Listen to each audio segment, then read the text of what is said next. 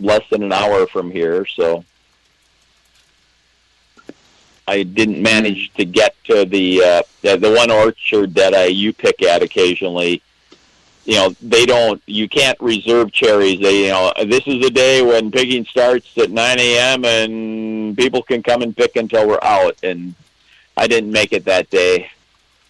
Unfortunately, other things came up, but they have multiple varieties, and it's kind of nice. Cherries do work. I find with cherries that I frequently end up blending them with other fruits as well.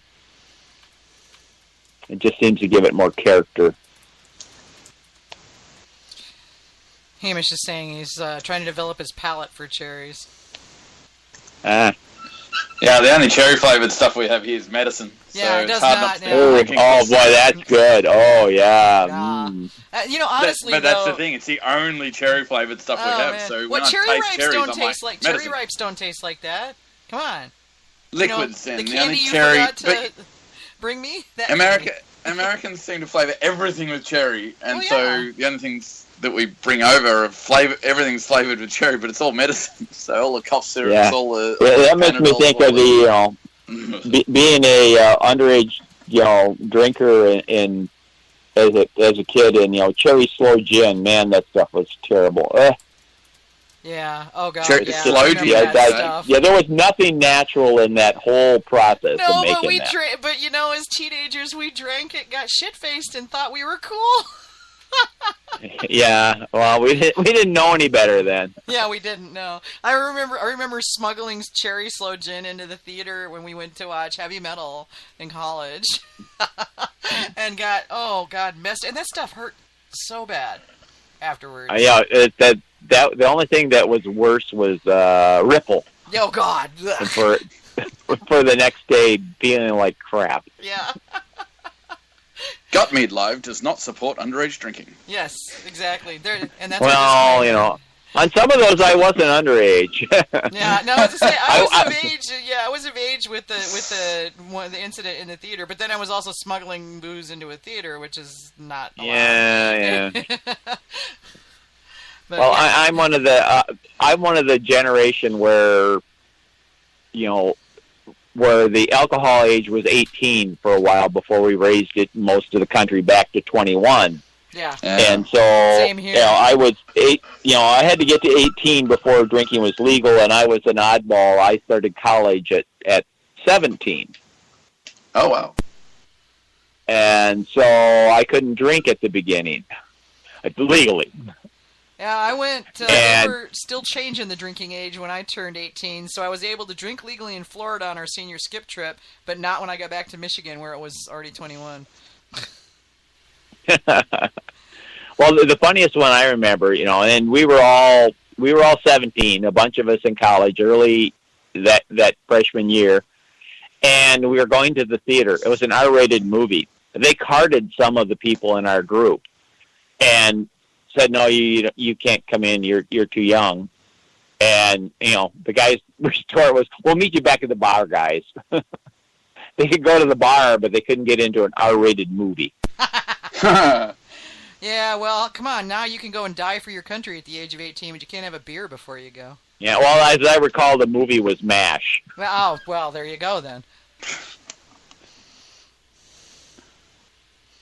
But now the rules are a little more restrictive.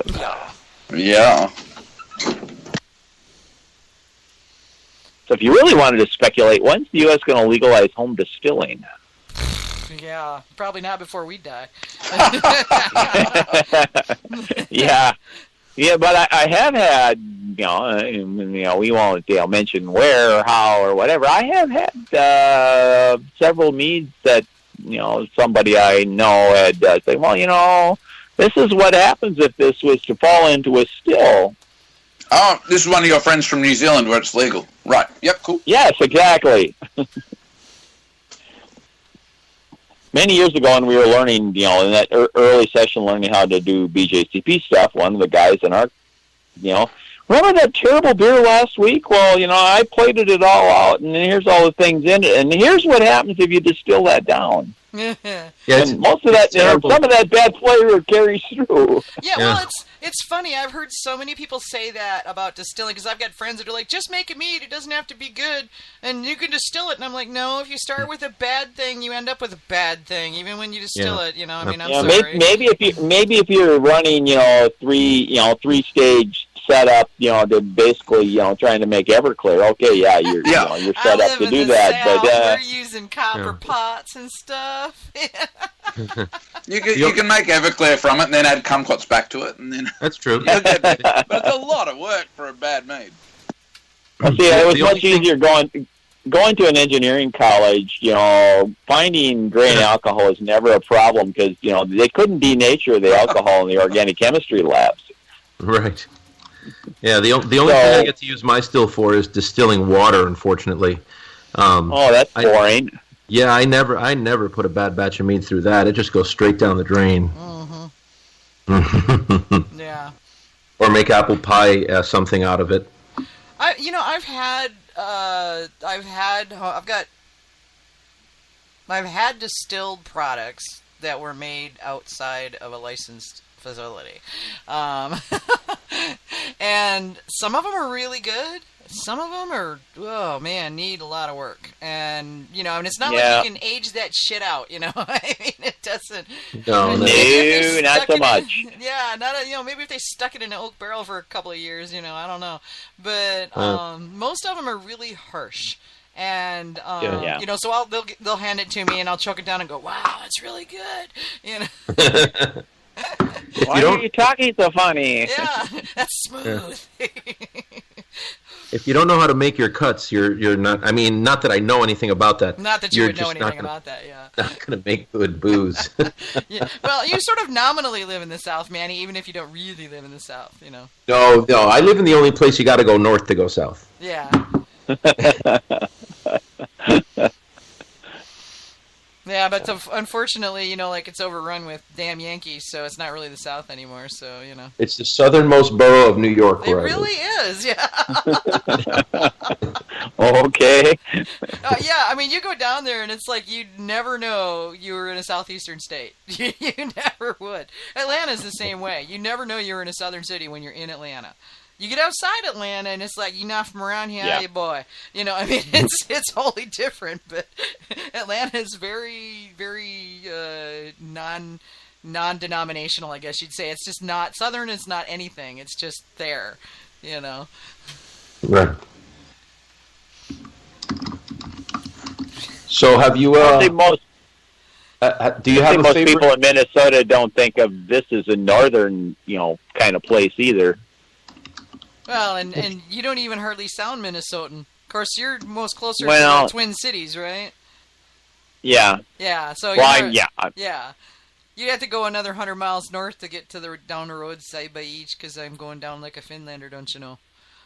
Yeah, they like the Fargo accent. Yeah. And of course, they were geographically challenged in that movie, but it was really still funny as all get out. I know. They sounded like that when I was in college. I went in the Upper Peninsula, so up in the upper parts of the UP, that's the way they talk. But I thought it was amusing, because I was like, oh my god, I listened to that for 5 years in school.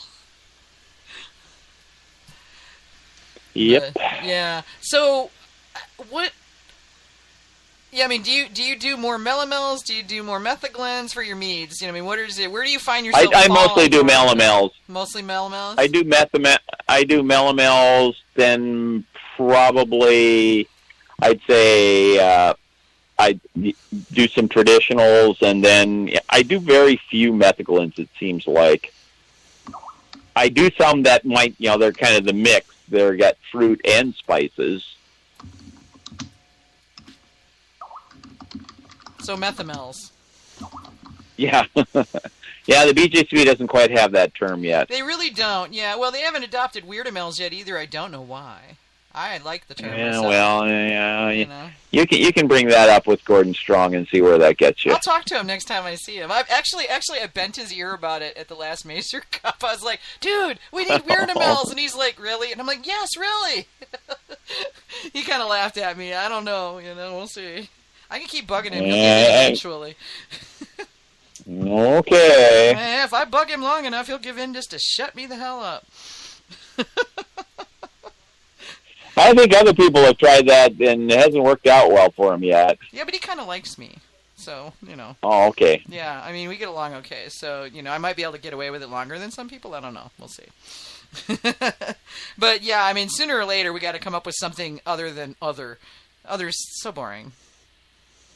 Yeah. Yeah. Well, at least we broke it up a little more than it was under the old version of the guidelines. Makes it a little easier for competitions that get, a ton of entries. It does, yeah. It really does. I like being able to. I mean, one of the things that I really liked is a lot of the competitions are doing dry, semi, and sweet now, and that makes it so much easier to judge something against something else. You've got if you've got 3 traditionals and one's dry and one's semi and one's sweet, it's difficult to really say which one furthest exemplifies the style. Yeah. Well, the BJCP guidelines would break those into 3 subcategories at least. On traditionals. Well, and it doesn't break them out on the melamels or pyments or sizers or anything, but at least on traditionals they're broken out. Yeah, it really needs to though. I mean that's an area, especially. I mean, melamels is huge. It's by far and away the largest category, and you've got berries and everything else. Berries by itself is huge, and I mean, they really need to subdivide that. Now, Mazer Cup's already done that to a certain extent. They had to, because otherwise the categories were just too damn big.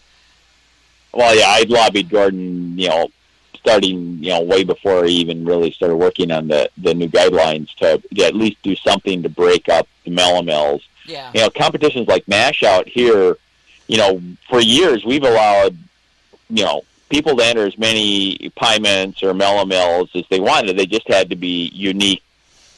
They couldn't enter 2 kumquat meads, but they could enter a kumquat and a pineapple and a chokeberry and a whatever. You could enter as many as you wanted as long as each one was different. Mm-hmm. And so we would get lots of meads. And if you don't have some way for the entrant to have to break them up naturally, so the organizer doesn't have to figure it out, it's hard to judge the category unless you have enough judges to do it all in one setting. When you can break it down to a whole bunch, then all of a sudden, you can, I can judge this category now and this other one tomorrow, and, lo and behold, we'll get through the challenge. Yeah. And how many meads are you guys getting at Mash Out nowadays? I'm not sure what the numbers are anymore. I've kind of lost track. That was months ago. Oh, yeah. Still, though, it's huge. But it's a lot. Yeah. Yeah, it's a lot.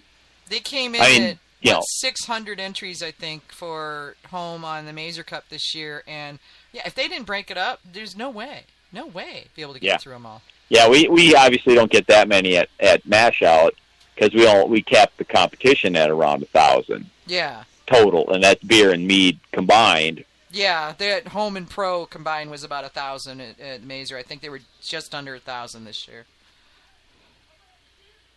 But and we get 750, 800 entries in our state fair competition in August, and you have to live in Minnesota to enter it.